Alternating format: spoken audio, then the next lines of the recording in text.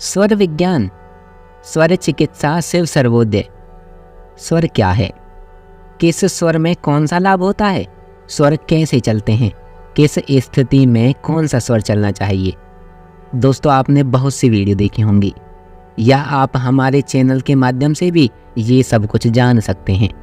शिव सर्वोदय जो ग्रंथ है यह बहुत आवश्यक है, बहुत उपयोगी है, हर तरह के कार्य से सिद्ध हो सकते हैं, लेकिन इसका उपयोग स्वयं के कल्याण के लिए होना चाहिए। इसका उपयोग लोगों के कल्याण के लिए, विश्व कल्याण के लिए किया जा सकता है। इसका दुरुपयोग नहीं होना चाहिए। श्वास हमारे भविष्य को बता सकती है। हर तरह की सफलता इससे प्राप्त की जा सकती है। अब प्रश्न उठता है कि हम किस स्वर में कौन सा कार्य करें। तो सबसे पहले आता है पिंगला स्वर, यानी सूर्य स्वर। जहाँ भी एनर्जी चाहिए, ऊर्जा चाहिए, जैसे दौड़ लगाना, एक्सरसाइज करना, गुस्सा, लड़ना झगड़ना, अन्य किसी भी तरह का कार्य जहाँ ऊर्जा काम में आती हो, जितने भी खेल कूद के, ताकत के जितने भी काम हैं, भोजन करना, मल त्याग करना, स्नान करना, पिंगला स्वर चलना चाहिए, सूर्य स्वर चलना चाहिए। दोस्तों, अगर हम लोग एक छोटा सा काम कर लें ना, हम प्रण ले लें कि जब सूर्य स्वर चले तब ही खाना खाएंगे, तो हमारी बहुत सारी परेशानियों का हल आराम से ही हो जाएगा। जैसे depression, indigestion, constipation, gastric problem, ये सारी चीज़ें स्वतः ही दूर हो जाएंगी। बस करना क्या है? करना ये है कि जब सूर्य स्वर चले तब ही खाना खाना है, मल त्याग करना है, और जब चंद्र स्वर चले तब पानी पीना है, पेशाब करना है, मतलब शांति के कार्य। तो पहले पिंगला नाड़ी पर हम बात कर लेते हैं, पिंगला स्वर पर बात कर लेते हैं कि हमें क्या कौन से कार्य करने हैं।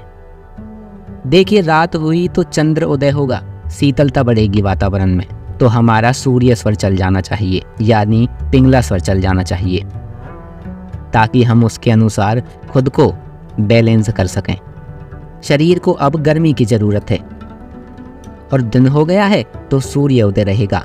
अब वातावरण में गर्मी आएगी तो दिन में चंद्र स्वर चल जाना चाहिए। कहने का मतलब है कि पूरे दिन हमारा चंद्र चले, सिर्फ खाना खाने के 1-2 घंटे आगे पीछे को छोड़कर। बाकी समय अगर हमारा चंद्र चलेगा उतना ही हम रिलैक्स रहेंगे, और रात में पूरी रात हमारा सूर्य स्वर चले। तो कैसे चलेगा? अगर बाएं करवट सोएंगे तो सूर्य स्वर चलेगा। देखिए, जितने भी सर्दी जनित रोग हैं, जैसे कफ, एलर्जी, बार बार छींके आना, डायबिटीज, अर्थराइटिस, पेन, जुकाम होना, यह सब बीमारियां सूर्य स्वर चलते ही दूर हो जाएंगी। सूर्य स्वर का मतलब है पिंगला, यानी शरीर के अंदर ऊर्जा लाना। अब आता है चंद्र नाड़ी, इड़ा नाड़ी। जितने भी शांति के काम हैं, जितने भी लॉन्ग टर्म पॉलिसी, मकान बनाने की तैयारी, शादी की तैयारी, मांगलिक कार्य करने हैं। मान लीजिए आप कोई शादी की सगाई की बात करने जा रहे हैं या कोई मकान खरीदने जा रहे हैं, तो उस समय अगर आपका चंद्र स्वर चलेगा तो बड़े आराम से आप बात कर पाएंगे, आपके शरीर का वातावरण शांतमय होगा। वहीं अगर आप सूर्य स्वर में गए तो झगड़ा करके आएंगे, आपके काम बिगड़ सकते हैं। इसलिए जहाँ पर भी शांति के कार्य हों वहाँ चंद्र चले। देखिए, हम इसको ऐसे भी समझ सकते हैं, जैसे कफ दोष है, सर्दी जनित रोग हैं जितने भी, उसमें हमारा सूर्य स्वर चलना चाहिए। और जितने भी हमारे पित्त दोष हैं, शरीर में गर्मी बढ़ना, एंजाइटी, उग्र हो जाना, हमारा चंद्र स्वर चल जाना चाहिए। अब बात आती है सुषुम्ना नाड़ी की, जब दोनों स्वर चलते हैं। दोस्तों, इसके बारे में सबकी अलग अलग राय है। यहाँ एक संधि की तरह कार्य होता है। एक स्वर कुछ समय बाद अपना दायित्व दूसरे को सौंपता है। ये सबकी अलग अलग होती है, किसी का 56 मिनट तो किसी का 1 घंटा। यानी कहने का मतलब है कि सूर्य नाड़ी के बाद चंद्र नाड़ी और चंद्र नाड़ी के बाद फिर से सूर्य नाड़ी। यहाँ हम नाड़ी स्वर को कह रहे हैं। तब सुषुम्ना स्वर चलता है। सुषुम्ना स्वर किसी का कुछ सेकंड चलता है तो किसी का कुछ मिनट भी चलता है। और जब सुषुम्ना स्वर चले तो कोई भी सांसारिक कार्य नहीं होना चाहिए। ध्यान, साधना, भक्ति में डूब जाना चाहिए। कहते हैं कि अगर बाहर सोना भी बरस रहा हो ना, तो भी सुषुम्ना में ही ध्यान रखना चाहिए। आप ध्यान कर सकते हैं, पूजा पाठ कर सकते हैं। अगर इस समय आप एक माला भी जप करते हैं तो उसका कई हजार गुना फल मिलता है। दोस्तों, बहुत से हीलर्स, चिकित्सक अपने अनुभव के आधार पर ये कहते हैं कि हम अपने कार्य सुषुम्ना के समय ही करते हैं और उस समय प्राण ऊर्जा देने में बहुत फायदा मिलता है। लेकिन इसमें करना क्या है? इसमें पंचमुखी मुद्रा लेनी चाहिए। पंचमुखी मुद्रा कुछ इस तरह होती है। आपके हाथों की 5 उंगलियां ऐसे होनी चाहिए। आंखें बंद करके सांस को अंदर लेकर रोकना है। इसमें आप कोई भी मनोकामना, जैसे आगे बढ़ने की कोई भी इच्छा हो, आपकी भावनाएं, कामनाएं हो, आध्यात्म मार्ग में उन्नति की कामना हो, कुछ भी हो, इसके अंदर बहुत प्रभाव पड़ता है। अब आती है अलग अलग और बीमारियां।